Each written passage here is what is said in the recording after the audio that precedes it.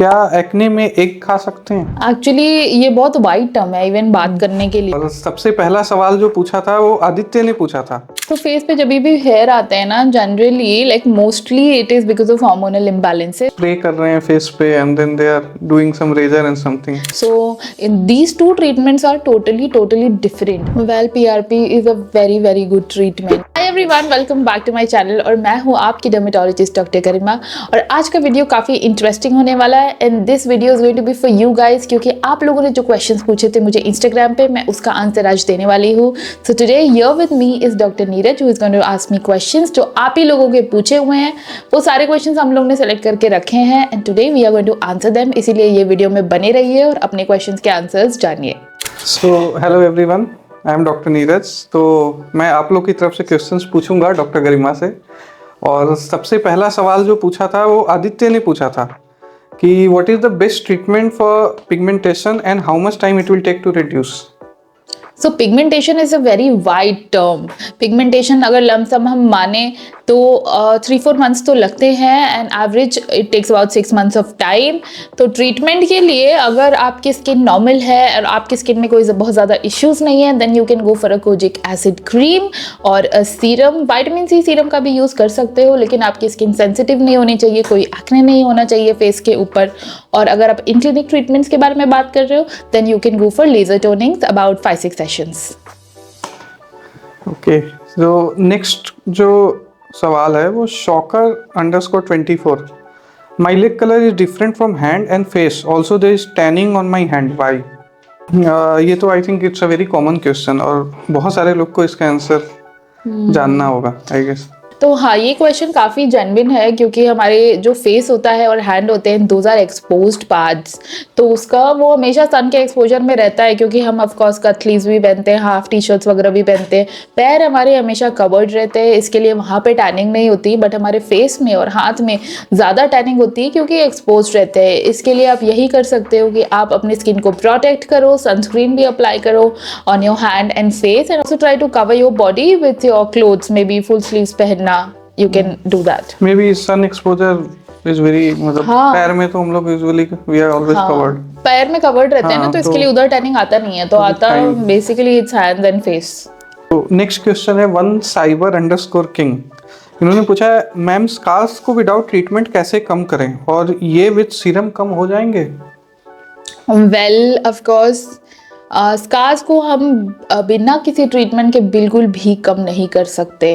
तो जितने भी लोगों को ये बोला जाता है या कहीं भी वो पढ़ते हैं या यूट्यूब वीडियोस किसी के देखते हैं नॉन डर्मैट्स के, मे बी जहाँ पे लोग बोलते हैं you can apply this cream जिससे स्कार कम हो जाएगा। स्कार कभी भी क्रीम्स पे कम नहीं होते, आपको उसके लिए ज़रूर मस्ट है ट्रीटमेंट लेना। It could be CO2 lasers, it could be MNRF, Dermapen 4, क्योंकि कोलेजन को स्टिमुलेट करना किसी भी क्रीम से पॉसिबल नहीं है। So you have to go for in clinic treatment. Yeah, because texture is different और scar it's a totally different thing। हाँ, टेक्सचर और स्कार कभी सही नहीं होता। Spot pigmentation not possible। हाँ, स्पॉट पिगमेंटेशन ये सब सही हो जाती है बट सीरम से because the fibrosis cannot be हाँ रिवर्स्ड। तो सिंपल सी चीज है। सो नेक्स्ट क्वेश्चन निधि तिवारी 2508 ने पूछा है। एक्चुअली इन्होंने क्वेश्चंस नहीं पूछा, इन्होंने कॉम्प्लीमेंट दिया है आपको।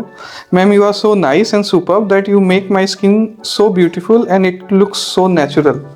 So yeah, actually Nidhi has been coming to me since a long time and I'm so thankful कि उन्होंने अपना ट्रस्ट मुझे दिखाया है and she has always been coming to me and she's a she's a sweetheart and हमेशा वो follow करती है जो भी मैं बोलती हूँ।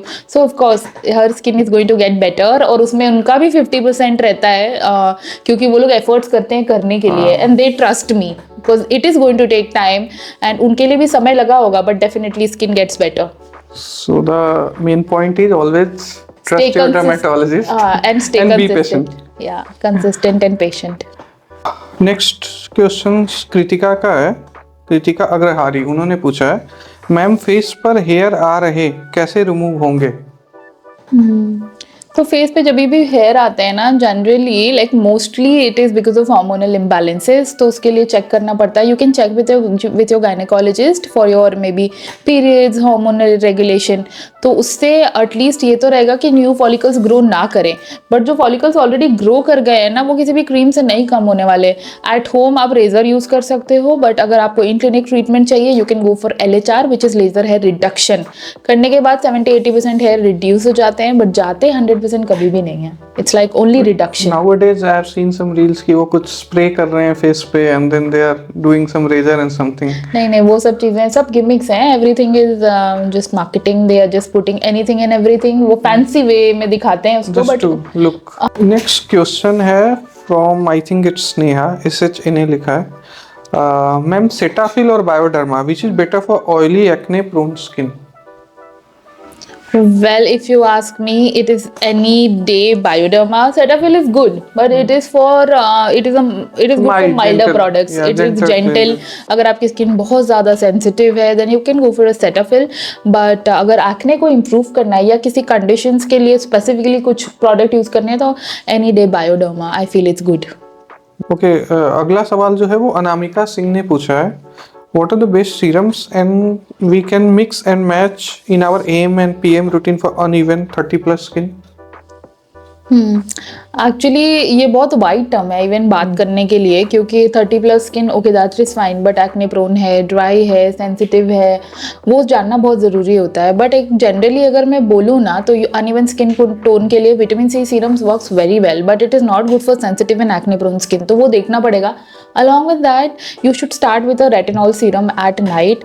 सो बेसिकली ये 2 सीरम्स कर सकते हो, बट दोनों को साथ में नहीं. You have to space it out. एक मॉर्निंग में करोगे विटामिन C में भी, और retinol is always done at night. Basically we have to avoid 2 actives together, right? हाँ, 2 एक्टिव्स नहीं करने चाहिए साथ में. नेक्स्ट क्वेश्चन है from Sarthak. Skin care products recommendation for sensitive oily skin with black heads.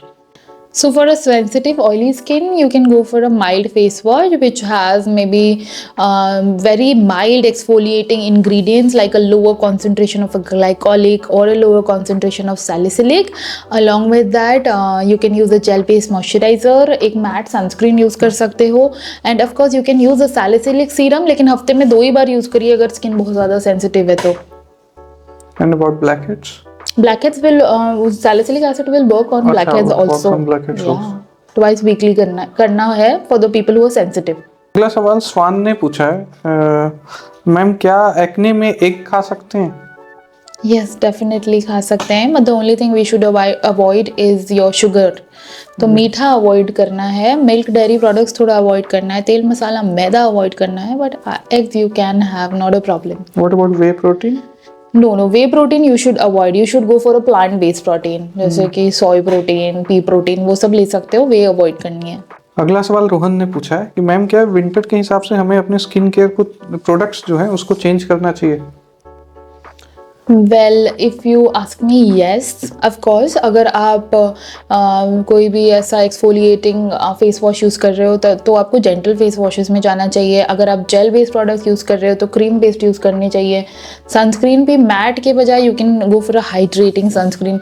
जितना स्किन को हाइड्रेट करेंगे ना विंटर्स में उतनी अच्छी होगी skin. So of course you can do it, but if at all for some people summer skin care also works in winters. तो जब तक आपको नीड नहीं है you can leave it, but if it is making you dry then you should shift. Okay, so it basically depends on person to person. हाँ, person to person depend करता है. अगला सवाल सुनीता 231 इन्होंने पूछा है कि क्या मैम बोटॉक्स एंड फिलर्स दोनों ही सेम चीज़ होते हैं? नहीं Sunita ji, Botox and fillers दोनों चीज़ें सेम नहीं होती, क्योंकि बोटॉक्स जो होती है वो आपकी मसल्स को रिलैक्स करती है. जैसे आप जब भी कोई एक्सप्रेशन बनाते हो, लाइक फोरहेड लाइंस, जब भी आप फ्राउन करते हो, आप स्माइल करते हो, तो यहाँ पे जो लाइन बनती है वो सारी चीज़ों को बोटॉक्स डिसअपियर करता है, आपकी फाइन लाइन्स एंड रिंकल्स को स्मूद इन करता है. लेकिन जो फिलर होती है वो आपके कोई भी, जैसे फेशियल स्ट्रक्चर में कोई भी एरिया है जहाँ पे थोड़ी बहुत हॉलोनेस है, जहाँ पे थोड़ा खालीपन है, उसको भरने के लिए यूज होती है. So these 2 treatments are totally different. Botox एक एंटी एजिंग ट्रीटमेंट है, और फिलर तो कोई भी ले सकता है जिसको भी लगे कि कहीं भी स्किन में हॉलोनेस, आई मीन फेस में हॉलोनेस है या स्ट्रक्चर बैलेंस नहीं है, तो वो ले सकते हैं. Botox is basically a toxin. Yeah, it's a toxin which is anti-aging treatment. अगला सवाल अजय ने पूछा है, मैम क्या पीआरपी रियली में हेल्पफुल होता है? Well PRP is a very very good treatment, but अगर हम बात करें वाइडली PRP के बारे में, तो PRP होती क्या है? आपके ब्लड से ग्रोथ फैक्टर्स को एक्सट्रैक्ट किया जाता है, आपके स्कैल्प में इंजेक्ट किया जाता है। तो अगर आप एक नॉर्मल PRP लेते हो तो आपके जो ब्लड में ग्रोथ फैक्टर्स होते हैं ना, वो सब्जेक्टिव होते हैं, किसी में ज़्यादा किसी में कम, उसी के वजह से रिस्पॉन्स थोड़ा वेरी करता है। लेकिन अगर आप बेटर PRP की तरफ जाओ, जैसे जो आजकल है GFC PRP, it is very good, क्योंकि जितना ग्रोथ फैक्टर्स चाहिए वो ऑलरेडी ट्यूब में रहती है। तो उसके बाद जो भी आपकी ब्लड जाती है वो स्टिमुलेट करती है ग्रोथ फैक्टर्स को, तो उसमें रिजल्ट काफ़ी अच्छा आता है। Even like 99% people respond very well to GFC PRPs. Basically an add-on with the blood cells growth factor.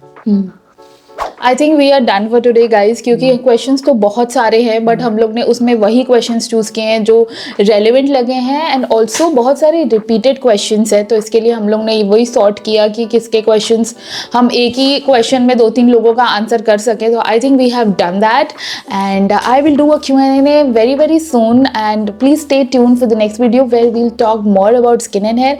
I hope you like this video. अगर आपको मेरे आंसर्स में कोई कन्फ्यूजन है, जो आपने क्वेश्चंस पूछे हुए हैं, तो प्लीज कमेंट सेक्शन में लिखिए। I will try to answer it better, and yes, till then take care of your skin.